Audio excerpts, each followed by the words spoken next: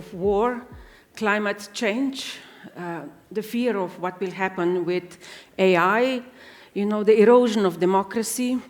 And there are two feelings which are on the rise. On the one hand, some people are becoming more and more apathetic, while others are becoming more and more angry. Now, these two feelings often kind of switch places. Sometimes angry people, after some time, when they don't succeed changing anything with their anger, turn apathetic, and sometimes apathetic people, get enraged. So I'll speak about these two feelings in today's times. However, it was already in the previous century that political science was debating a lot about apathy. In the 1950s, there was a whole discussion that maybe apathy in society is something good. There was even an idea that people should have the right to apathy. American political scientist Morris Jones posed the question, maybe people in society are not apathetic because everything is going badly. Maybe sometimes they are apathetic because things are going well. A British scientist, Wyndham Jones, asked another question, whether in our society the question actually is sort of that people should have kind of, let's say, the right not to vote. His idea was that in some societies, people are forced to vote, but democracy should allow some people to kind of switch off. Still another discussion kind of centered over the question, who is really apathetic in society? Often, it is the lower classes who are apathetic, but the upper classes are very much trying to keep power in their hands. Now, the most kind of radical discussion about the use of apathy was presented by American public opinion researcher Bernard Berelson, who said that apathy in society is good because it prevents fanaticism. If too many people are passionate about politics, we will have too many conflicts. Of course, the discussion was also in regard to what does it mean if people very much like to vote or go in large numbers to vote. In 1933, when Nazis came to power in Germany, there were 88% people who actually came to vote. Now, those who embraced apathy often pointed out in the previous century that actually society should be led by an enlightened elite, that people's opinions shouldn't be trusted too much, that ordinary citizens shouldn't be too involved in politics. Now, surprisingly, in today's times, we are coming into this situation. Now, many Silicon Valley billionaires are nowadays in favor of what has been called kind of a techno-feudalism, where they and authoritarian-leaning politicians will take charge of the direction of our lives. Now, neoliberalism contributed to apathy, with the idea that everything in our lives is in our hands, that we can make choices in regard to our happiness, success, our health. 3 types of feelings have emerged.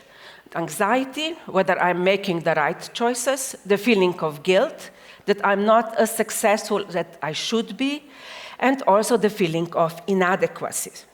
Now, these 3 feelings have contributed to the longevity of neoliberalism. People are thinking more about their individual choices than social choices. They have also contributed to the rise of various new symptoms, among them burnout. However, when we speak about burnout, we see that often it is tackled as an individual matter. We are debating how, as individuals, we need to control our working life, not to work too much, not to get too exhausted, and so much. Now, as a result of the pressures that people are feeling today, many are embracing quiet quitting, which means that they are working at their workplace just the minimum, so that they are not fired. But we also have a kind of a, let's say, strategy, I would say very individualistic strategy, again, of what the Chinese are calling lying low, tamping. That basically kind of you operate under the surface again, just to do the minimum required work.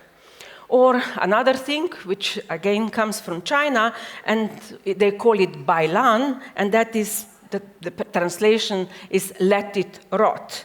Basically sort of let's give up on anything, let's just try to survive in our lives. Now, in the US, the Gallup poll showed that about 50% of the workers actually support this idea of quiet quitting. Primarily, the professionals have been for some time feeling, that they have not been respected at their workplace, they have been replaceable, and, not paid enough, and the profits mostly went in the hands of a minority of the shareholders. Now, some American psychoanalysts have analyzed this attitude of people, and they have observed an increase among teenagers of various fantasies, how to detach from this crazy world in which we live. Some teenagers are fantasizing to go live in the countryside and have a dog and just live a simple life. Others are thinking that maybe there exists a pill with which they can sort of detach themselves from society. And still others are thinking about suicide. New York psychoanalyst Jameson Webster noted that some American teenagers are actually opposing the ideology their parents are presenting to them. The parents are saying to them, you have to work hard to go to the best schools, and then you will get the best job, and then you will have a great life. And then the teenagers look at their parents. The parents have great lives. They have good jobs. They have good education. But every day when they come home, they are miserable. They are complaining about their lives, about their jobs. So why would I want to repeat such misery? Some teenagers are asking. Now, what might sometimes wake people from apathy is polarization.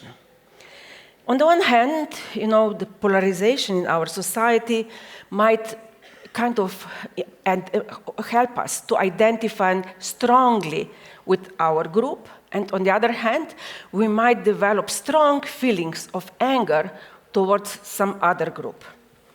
Now, in today's times, when we live in the time of information bubble, there is kind of a question of whether people who are passionately sharing some news, let's say fake news, conspiracy theories, actually believe in what they are sharing. Just before the pandemic, there was an interesting research done by American and Danish political scientists led by Michael Bank-Peterson, who had analyzed 6,000 passionate Twitter sharers. At that time it was still Twitter, who were sharing conspiracy theories and fake news. They interviewed these people, and to their surprise, they noticed that the majority of these passionate users of Twitter did not believe in what they were sharing. Now, we can say that there were two emotional gains they got out of this activity. On the one hand, they got recognition from their own group. They got likes, they got, repostings of their news. Of course, we also know that algorithms quite often push forward, this kind of, let's say, conspiracy theories or fake news. But the other emotional gain was anger that they provoked in the other group, in the people who had different beliefs. When we provoke someone's anger, with the reaction of that person or a group of persons, we actually strangely get recognition, which we are craving in times where we are feeling quite often ignored. So, when we are consciously spreading fake news, actually we can say we get a certain kind of emotional satisfaction. Now, this research was interesting because it also showed that about a quarter of people sharing those fake news conspiracy theories were hoping that the world as we know it will come to the end, that everything will go to hell, like in the Joker film, that everything will burn down. And they were imagining that out of the rubble of today's world, there will come a new world. There will be a reset of society when a smaller group of people will start again. Now, in psychoanalysis, we know that already Freud was speaking about death drive, the drive for destruction.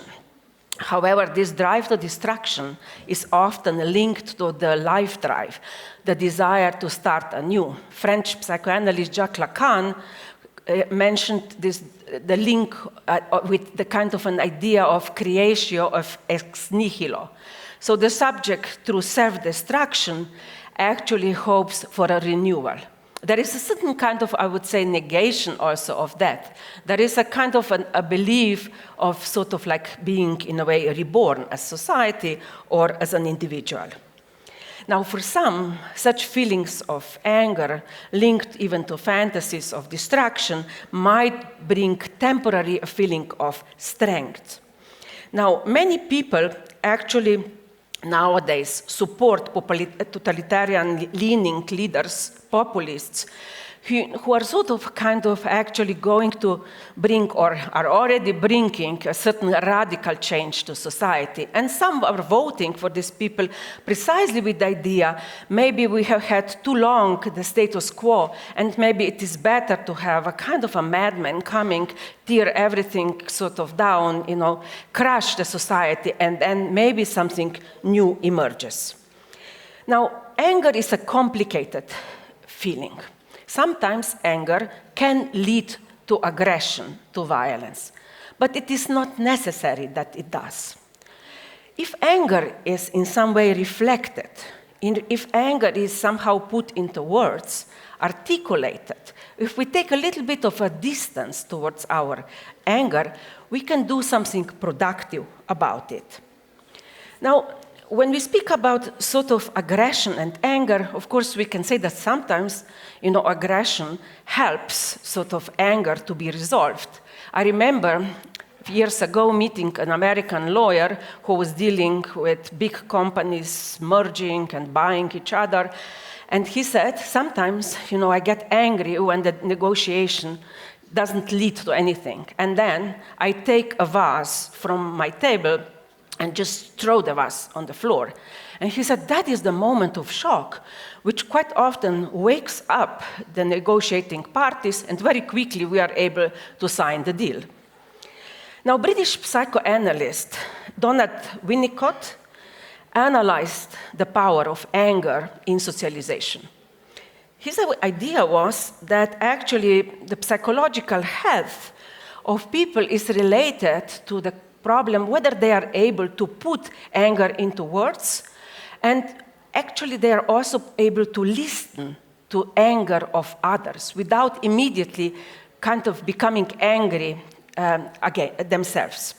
So he pointed out that a little child who is crying, who is, for example, hungry, is with this crying expressing a kind of a primal anger. Now, it is also for him a moment where the child is sending a signal, I'm an independent person, I sort of want something for me. Now, Winnicott's idea was that there are two ways this crying can be heard. Parents might respond to it, feed the child, or, the primary caregivers, parents, or whoever might ignore the child. If the child gets continuously ignored, the child will sort of kind of learn that this anger is not heard. And Winnicott's idea was that the anger can become diffuse in the body. It can become intensified, and the child might search sort of other outlets, might become sort of like angry all the time, hoping to be heard. Now, British psychoanalyst Josh Cohen also analyzed anger among children, and his idea was that there are two ways that we can observe how children respond to anger. Let's say a little girl goes to school and her chocolate is stolen. Now, if she sort of speaks with the girl who had stolen her chocolate, it might be, that this girl will apologize, maybe buy another chocolate, and the girl will sort of feel, okay, I understand that my anger was temporary. But let's say if the girl is bullied constantly, if there is a very strong child daily taking her food, the anger of the girl will turn into fear. It will become diffused. She will not be able to articulate it. She will be full of rage. And it might be out of this passive rage, that later on in life, she will be full of anger. Now, anger plays an important role in politics. Hannah Arendt, in her book on revolution, pointed out that anger has a role in political change. People who are frustrated by the erosion of freedom or hunger might use anger, to change something. She said that actually, anger should be in a way linked to ideals of justice, freedom, rights, and then political change might be possible. Now, in today's society, we do not see mobilization of anger in such way to be linked to these ideals Hannah Arendt was speaking about. Often, the ideals are forgotten. Anger might be overwhelming, not articulated, used by the populist leaders, linked to the idea there are enemies like migrants who are guilty for our problems. We should not forget that anger might actually be killing people themselves. As Mark Twain said, anger is an acid that can do more harm to the vessel in which it is stored than to anything on which it is poured. Thank you.